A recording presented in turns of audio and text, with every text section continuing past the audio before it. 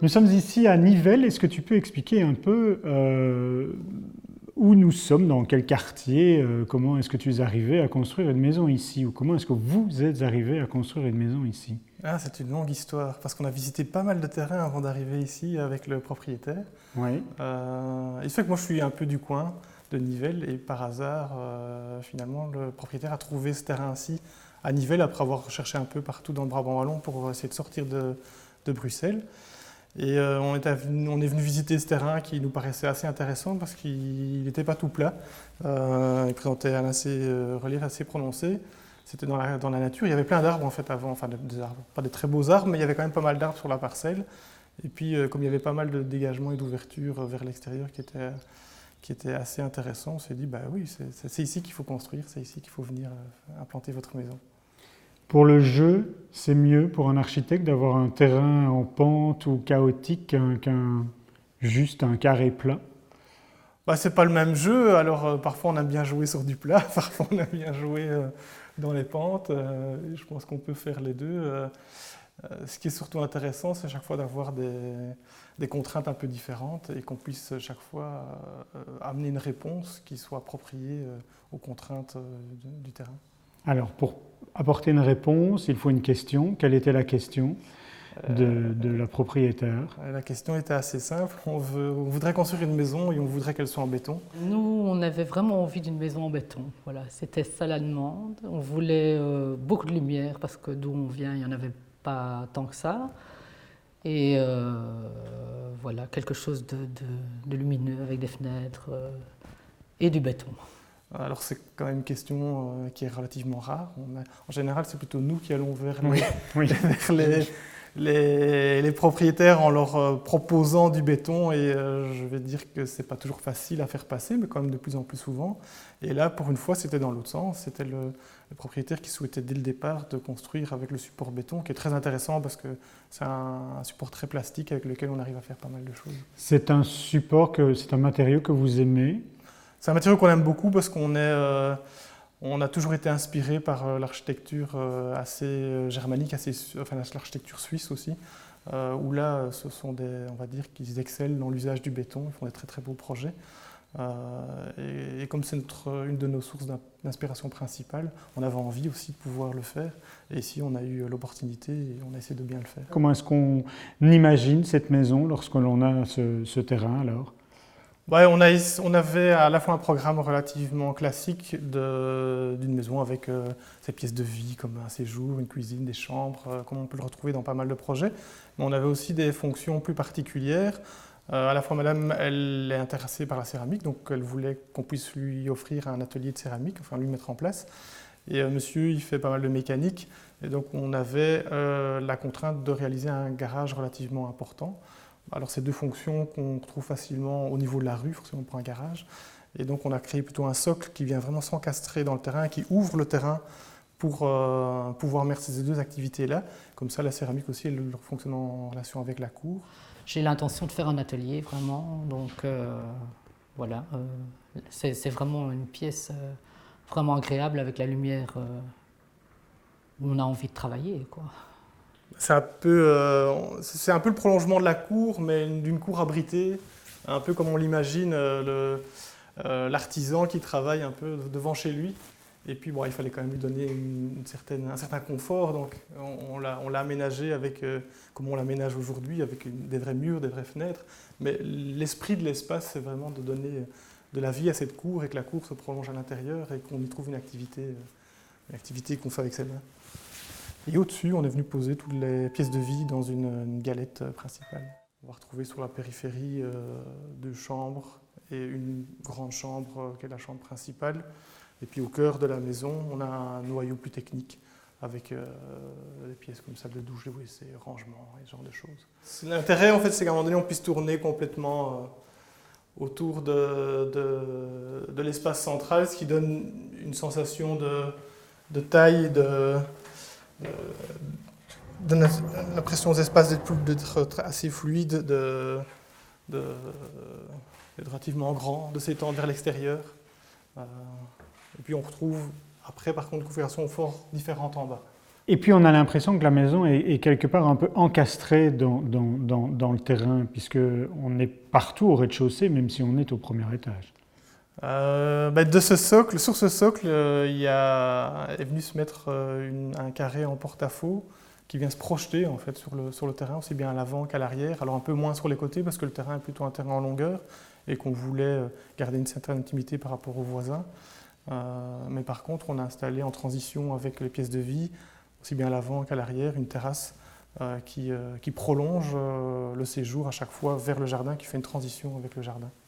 Alors, le principal également dans cette maison, ce sont les ouvertures vers l'extérieur et les gigantesques baies vitrées que vous avez placées un peu partout. C'est curieux que tu le dises parce qu'on est... à la fois, on s'est posé la question de savoir si c'était assez ouvert parce que quand on fait le tour de la maison, on se rend compte qu'il y a quand même pas mal de murs.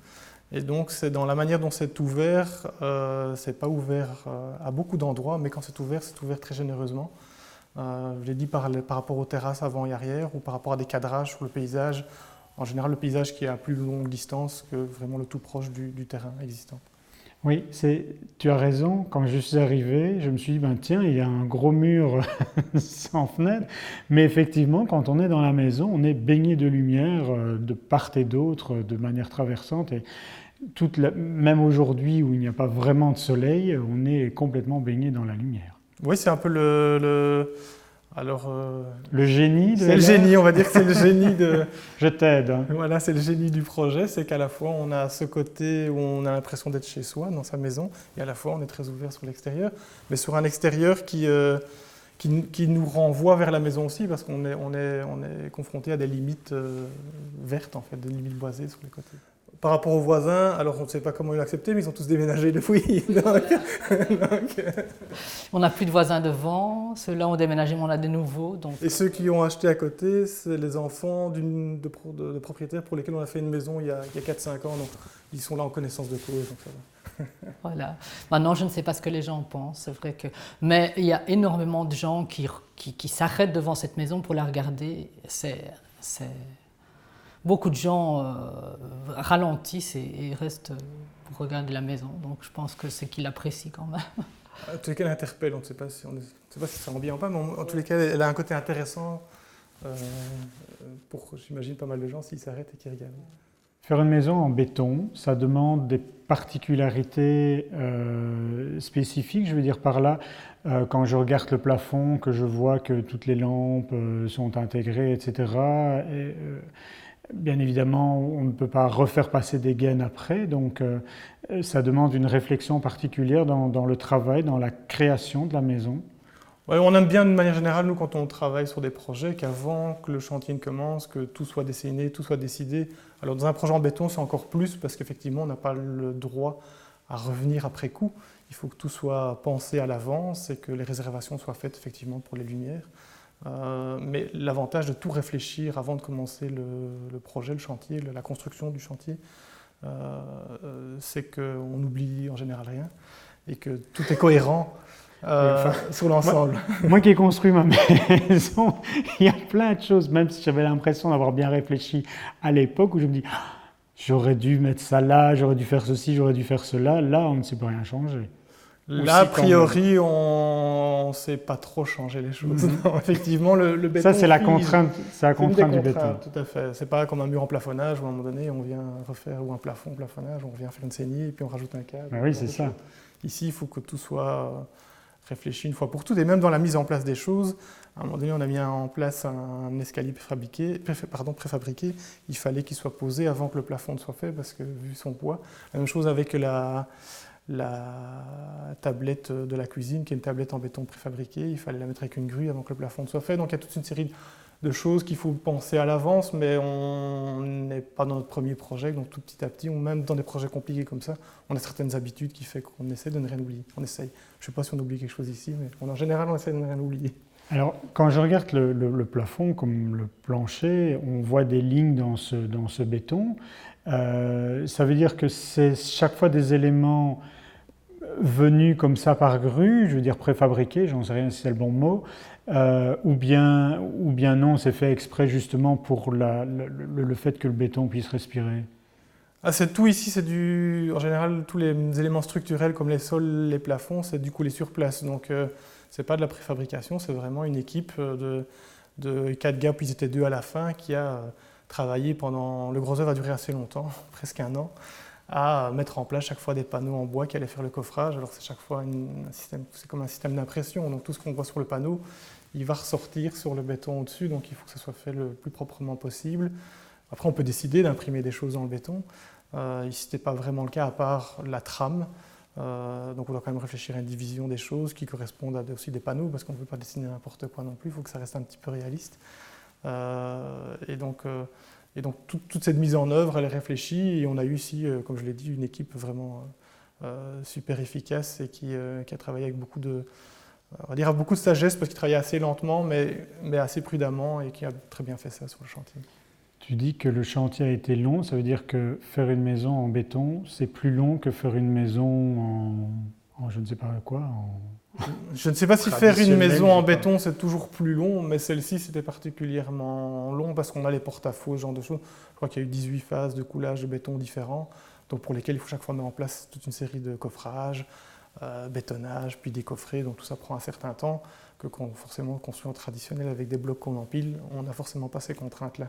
Mais bon, je pense que le jeu en valait la chandelle, comme on dit, et qu'on est très content du résultat final.